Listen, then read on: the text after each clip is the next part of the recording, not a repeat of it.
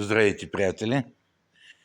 Днеска съм на работа и изведнъж с елените призори дядо Коледа мина и ми остави този кашон.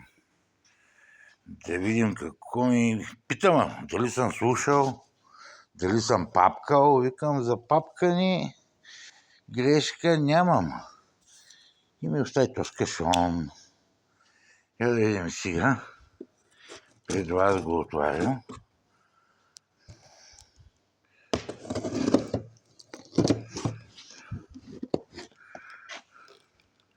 Какво ми е оставил? Тук с едната ръка държа, няма кой да ми помогне. Дядо Коледа, бързаш. Бързаш. Да видим какво ми е оставил на мен. Какво е това, бе? Това е корабче за захранка. За захранка, за риболов. Ето батерии.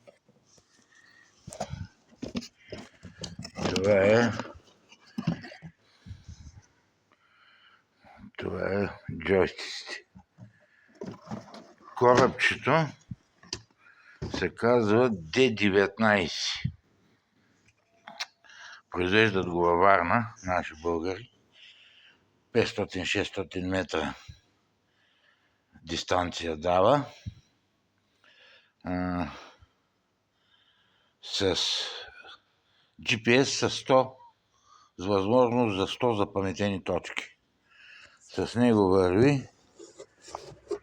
Това е чантата му. Чанта. Тук какво има още? Тук са аксесуари, антената за GPS-а, батерии за зарядното. С него върви батерия.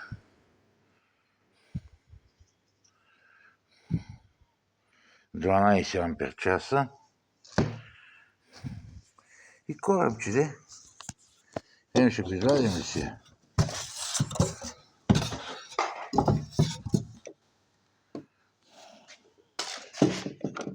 Ето го как изглежда корабчето. 3 кг захранка може да поеме. С 2 задни контейнера, 2 странични. От тук се включва. Лека е лодката. Това е място за сонда, защото дядо Коледа ще идва още веднъж. Моторите са хубаво скрити вътре.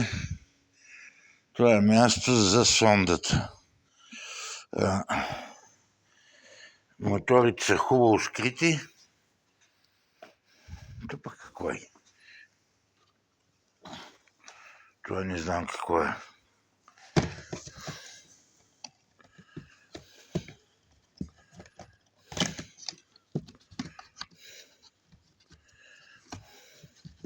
Това е зарядното адаптера. Адаптера за зареждане на батерията, на тази синята батерия. Всичкото и нещо много ма кефи и напролет ще открием риболова с него.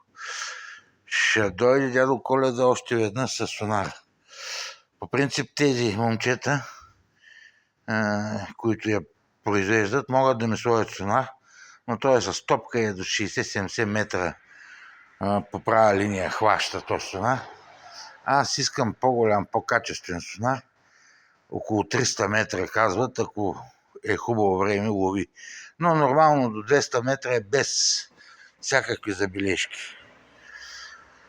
Ще видим, ще я пробваме. Утре се чудя къде да отида, около Търново, някъде в някой локва да е топна.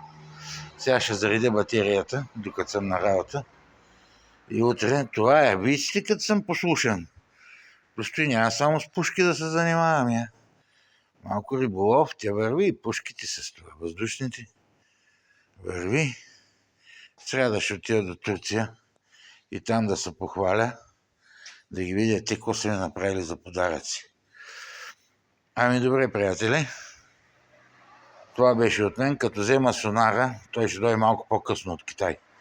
Като взема сонара, ще го покажа. Утре, ако отида да го пробвам корабчето, пак ще ви покажа. Приятен ден!